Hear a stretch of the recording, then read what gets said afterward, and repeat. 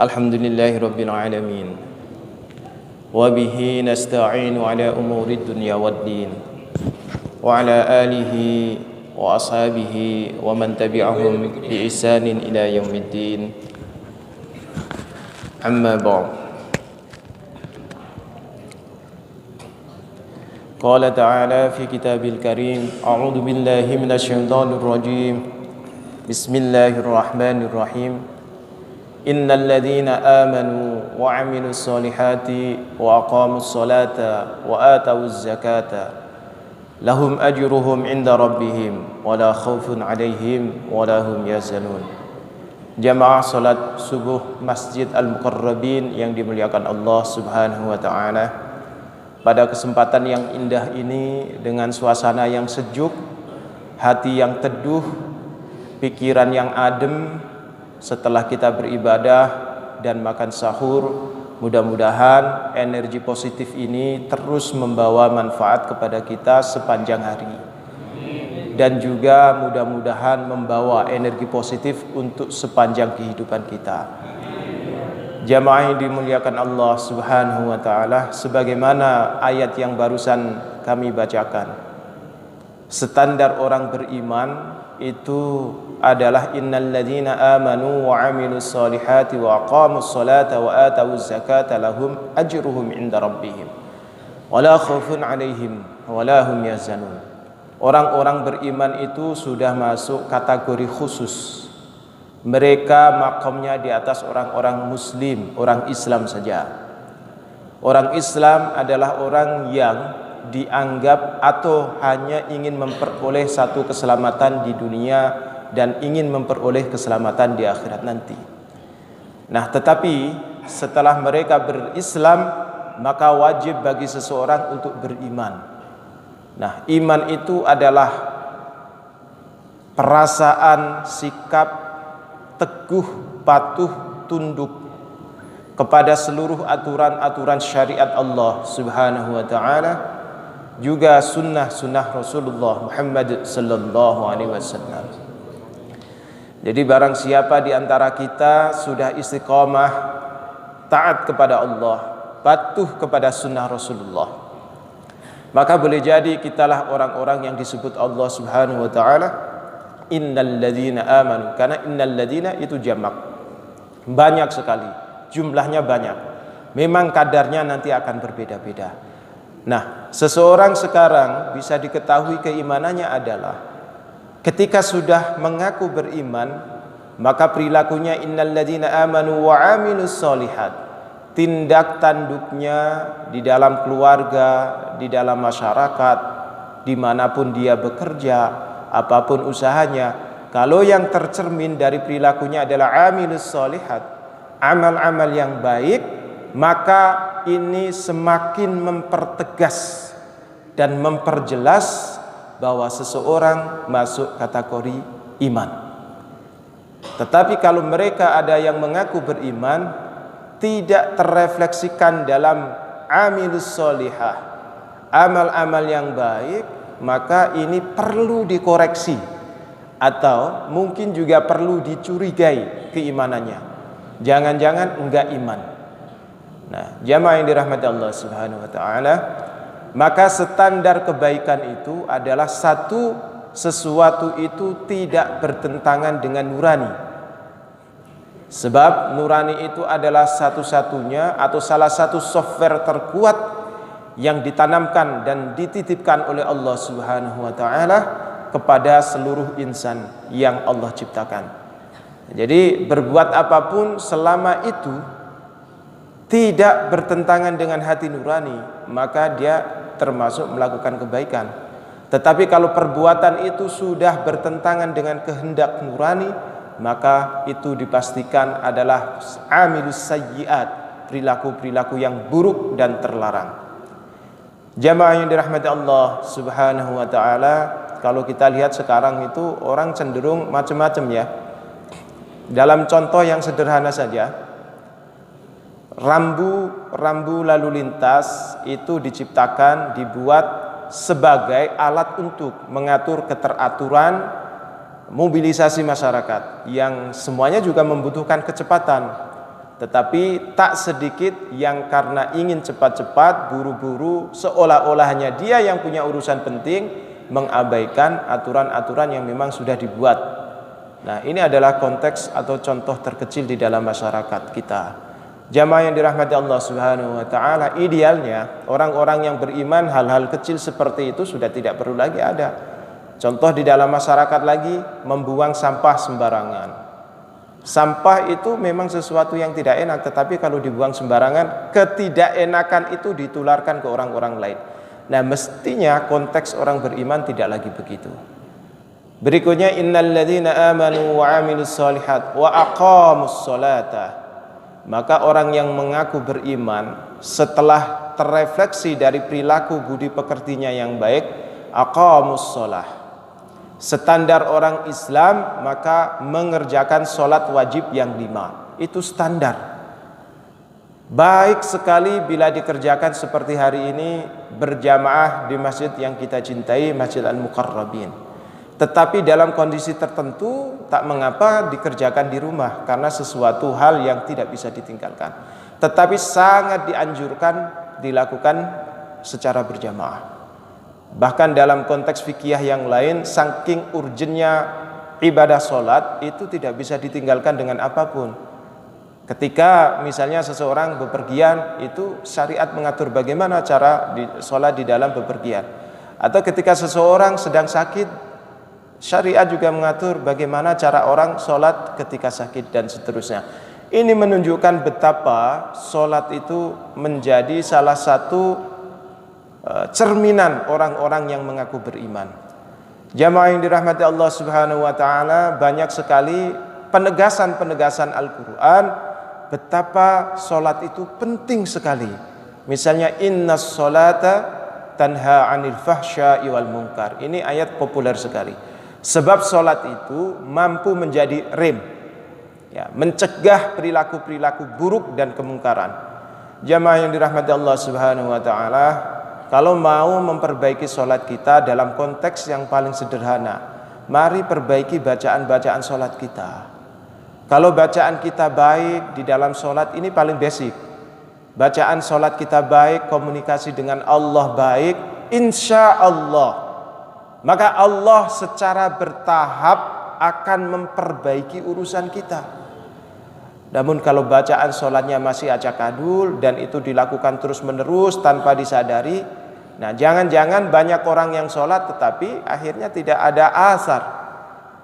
Maka melanjutkan tahap berikutnya, ketika seseorang sudah melakukan sholat dengan bacaan yang benar, maka batinnya diikut sertakan dalam sholat, dimaknai sholat itu, sehingga kehadiran jiwa dan raga sepenuhnya menghadap Allah Subhanahu wa ta'ala.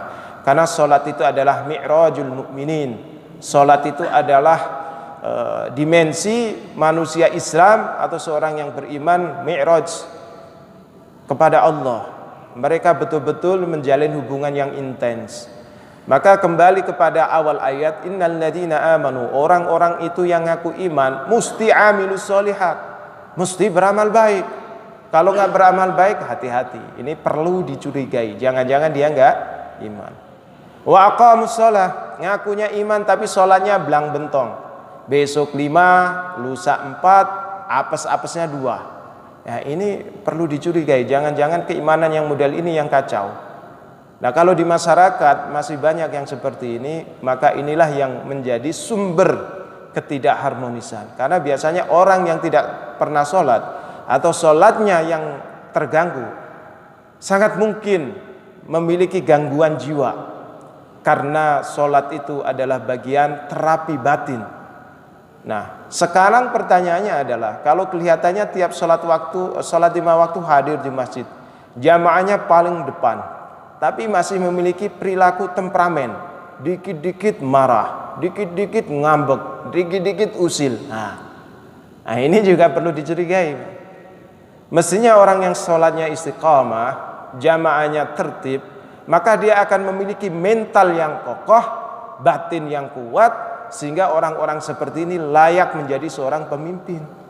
Itu sebabnya ketika Rasulullah Sallallahu Alaihi Wasallam memberikan suri tauladan Dulu Rasulullah Shallallahu Alaihi Wasallam kapasitasnya sebagai seorang pemimpin selalu menjadi imam sholat.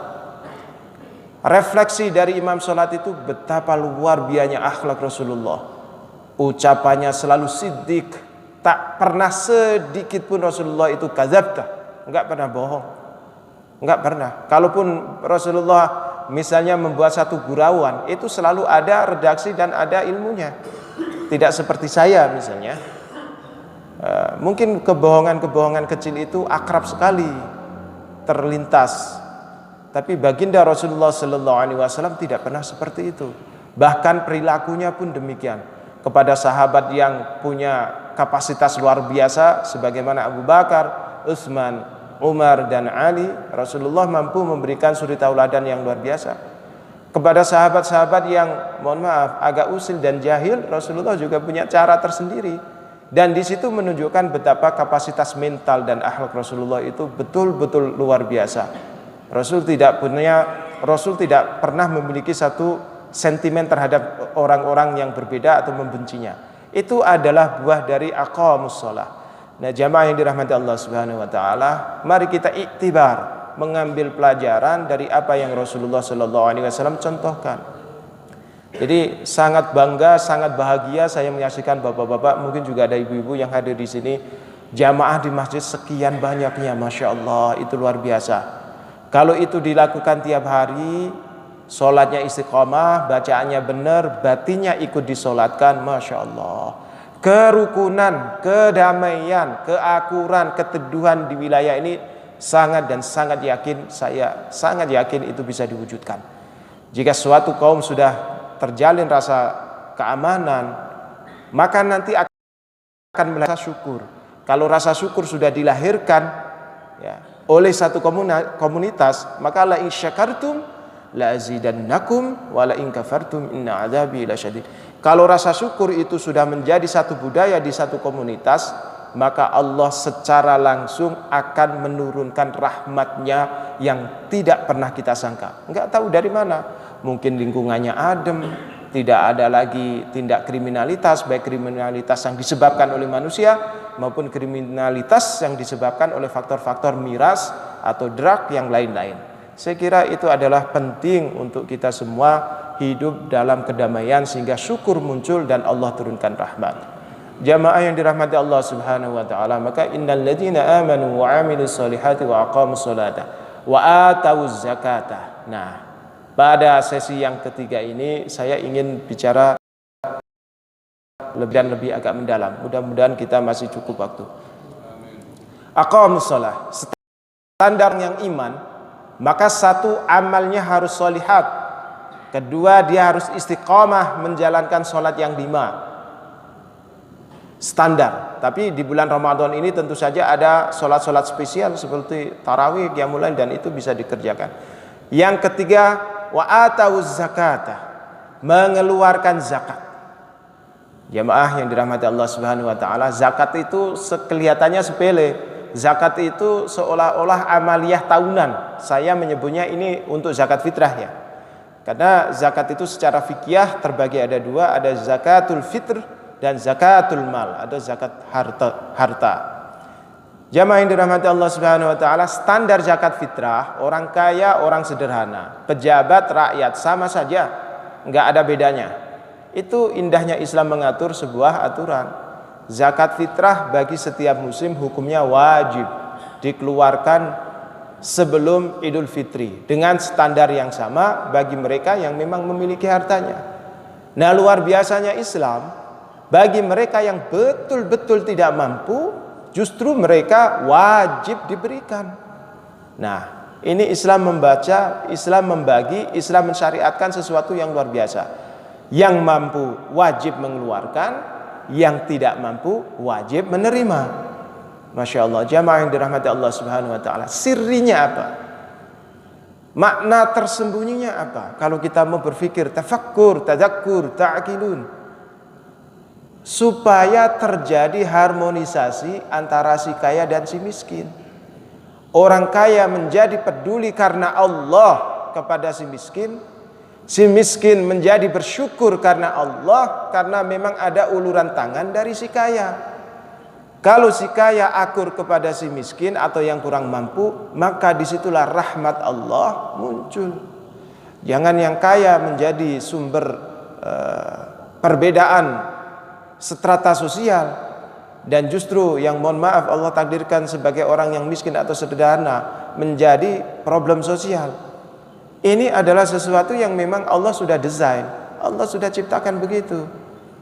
Nah, jamaah yang dirahmati Allah Subhanahu wa taala, lalu yang kedua zakat mal. Zakat mal itu tidak wajib bagi semua muslim, melainkan dia wajib kepada muslim-muslim tertentu yang sudah secara nisab, secara haul mencukupi itu. Nah, hati-hati bagi mereka yang Allah titipkan hartanya, wa fi amwalihim haqqul lisaili wal mahrum. Hati-hati jika mereka yang dititipi oleh Allah harta yang berlimpah, yang secara nisab atau standar minimum pengeluaran zakat sudah waktunya, dia pelit, dia bakhil, dia enggan mengeluarkan. Nah, ini hati-hati. Di zaman Khulafaur Rasyidin, orang-orang kayak gini tuh diperangi oleh Abu Bakar, diperangi oleh Umar. Orang yang tadinya iman, ini sebabnya iman tadi. Orang sebabnya iman, mungkin amaliyahnya bagus, sholatnya mungkin bagus, zakatnya enggak, diperangi sama imam. Khulafaur Rasyidin, para pemimpin-pemimpin di zaman dahulu betul-betul diperangi. Nah, apakah zaman modern ini kita harus seperti itu? Jamaah yang dirahmati Allah Subhanahu wa taala, rasa-rasanya cara memeranginya akan berbeda. Kalau dulu mungkin konfrontasi, diingatkan enggak mau ya dipukul. Dipukul nggak mau dipaksa nggak mau dipenjara nggak mau perangi saja, dibinasakan. Karena bukan Islam yang kejam, tetapi itu syariat supaya manusia tidak bakhil, tidak khirsu ala dunya, begitu cinta terhadap harta dan dunia. Jamaah yang dirahmati Allah Subhanahu wa taala, mestinya zakat itu hari ini menjadi satu budaya bagi seorang muslim. Sehingga jamaah yang dirahmati Allah Subhanahu wa taala, nanti DKM maupun amil di Masjid Al-Muqarrabin ini enggak perlu lagi gembar-gembor menyiarkan saatnya dibuka zakat, baik zakat mal, sedekah, infak dan seterusnya. Mestinya masyarakat sekarang harus membuat satu keputusan, satu kebudayaan ngantri. Syukur-syukur bertanya masyarakat ke DKM, "Bapak DKM, kapan zakat sudah mulai dibuka? Kepada siapa kami harus berzakat?" Nah, ini bukan sesuatu yang ujub, riak, tidak. Justru ini adalah kampanye bahwa kita sebagai seorang muslim yang taat. Saya kira kalau jamaah seperti itu, DKM akan sangat bangga dan tersanjung, sehingga nanti amillah yang betul-betul profesional. Kepada siapa zakat itu ditasarrufkan, sehingga model ibadah yang diterangkan di dalam Islam itu betul-betul terrefleksikan di masa-masa kini. Jamaah yang dirahmati Allah Subhanahu wa taala, sebetulnya ada satu atau beberapa ayat Al-Qur'an, tetapi yang paling spesifik satu. Misalnya, khudh min ambalihim shadaqatan tutahhiruhum wa tuzakkihim biha wa shalli 'alaihim inna salataka sakanun lahum wallahu samii'un alim. Ayat ini betul-betul memberi penegasan khudh min amwalim, ambillah dari harta-harta kalian. Shadaqatan tutahhirum, untuk sedekah, tutahhirum supaya membersihkan. Wa tuzakkihim biha. Jadi sebetulnya kalau seseorang mengeluarkan hartanya baik untuk zakat fitrah yang memang wajib bagi setiap muslim, dan zakat mal wajib bagi muslim yang mencukupi nisab dan haulnya, zakat itu sebetulnya bukan untuk mengurangi yang kita miliki, tapi justru paling tidak qala ba'dul hukama, ya, qala ba'dul fuqaha, berkata imam atau ulama-ulama ahli fikih, sebetulnya ketika seseorang mengeluarkan zakat itu paling tidak ada 3 hal atau 3 manfaat. Yang pertama, ziyadatul khair. Ketika seseorang mengeluarkan zakatnya, baik zakat fitrah maupun mal, itu ziyadatul khair. Yang diperoleh adalah penambahan kebaikan.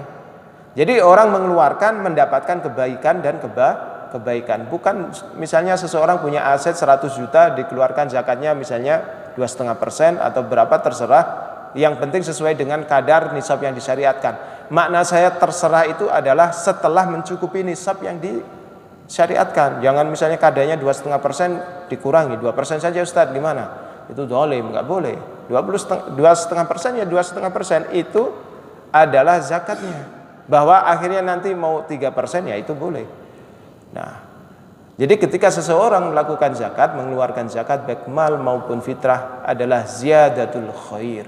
Yang diperoleh adalah penambahan kebaikan. Kebaikan di mana? Indallah, di sisi Allah. Karena semua karena semua harta yang kita miliki itu nanti ada hisabnya. Hati-hati. Aset bertumpuk di dunia nggak pernah dizakati, antri nanti di yaumul hisab. Tadinya mau masuk surga duluan gitu, tahu-tahu hartanya banyak nggak dizakati. Nah, ini sebab orang tertunda. Kemudian ziyadatul manfaat. Orang yang mengeluarkan zakat itu akan menambah manfaat. Manfaat buat siapa? Buat mustahik dan juga buat muzakinya. Dia akan memperoleh kebaikan-kebaikan dari apa yang dia keluarkan. Misalnya mengkikis rasa bakhil, mengkikis sifat sombong dan rasa tomak, dan menumbuhkan rasa syukur serta perilaku dermawan. Itu adalah manfaatnya. Dan yang terakhir adalah ziyadatul maslahat. Maka manfaat itu sudah bagus, tapi maslahat di atasnya lagi.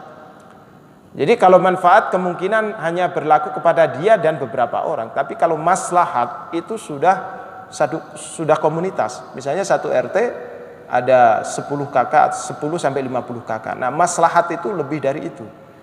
Kalau manfaat mungkin dia dan beberapa orang saja. Jamaah yang dirahmati Allah Subhanahu wa taala, melalui mimbar yang sangat sederhana ini, innal ladzina amanu wa 'amilus solihati wa aqamus sholata wa atau zakata. Jadi standar orang yang beriman, satu, mesti amalnya sholih, mesti perilakunya baik untuk dirinya sendiri maupun kepada masyarakat, taat kepada aturan Allah, sunnah Rasulullah, juga hukum-hukum positif yang berlaku di masyarakat.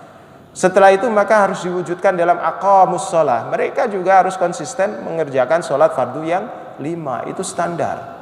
Tapi kalau mau dilanjutkan lagi, misalnya sholat itu banyak sekali. Secara spesifik Al-Quran menyebut wa minal laili fatahajjad bihi nafilatan laka asa ayyab'asaka rabbuka maqaman mahmuda. Sebab sholat itulah ketika seseorang ingin memperoleh satu kedudukan yang spesial dan istimewa di sisi Allah, maka tambahkan sholatnya bukan hanya sholat fardu yang 5, tapi konsisten dengan sholat tahajud. Nah, itu adalah bagian-bagian penegas, atau di dalam ayat Al-Quran itu selalu ada munasabatul ayat lil ayat. Jadi ada ayat-ayat yang keterkaitannya sangat dekat dengan penjelasan-penjelasan sebelum dan sesudahnya. Kemudian yang ketiga, yang terakhir adalah tolak ukur seorang yang beriman, tentu saja aqamus sholata wa atauz zakah. Mereka itu gemar bersedekah, juga yang wajib mengeluarkan zakat. Jamaah yang dirahmati Allah Subhanahu wa taala, kalau tiga-tiganya itu terpenuhi, lahum ajruhum inda rabbihim. Yang demikian ini yang bisa membalas kebaikannya adalah Allah. Nggak bisa dibalas oleh manusia. Balasan manusia, pujian manusia, misalnya Pak Ahmad gemar sedekah, Pak Ahmad sudah mengeluarkan zakat, Pak Ahmad sudah zakat mal. Pujian manusia itu cuma sedikit, nggak ngaruh.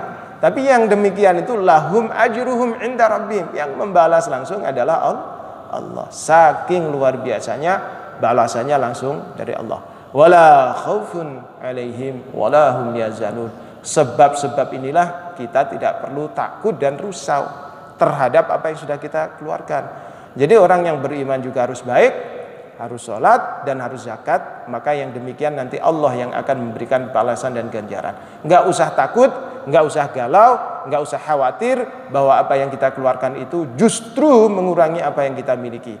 Kalau ada anggapan seperti itu adalah anggapan yang keliru, itu adalah anggapan yang salah, dan itu adalah cara hawa nafsu mengkondisikan kita agar kita menjauh dari syariat Allah. Mudah-mudahan di setengah Ramadan ini kita sudah mendapatkan maghfirah Allah, dan dalam beberapa hari ke depan kita sudah akan memperoleh rahmat Allah, sehingga ketika kita sudah diampuni, maka kasih sayang Allah lah yang akan kita peroleh. Demikian yang dapat saya sampaikan. Wallahi aqwamit thoriq. Assalamualaikum warahmatullahi wabarakatuh.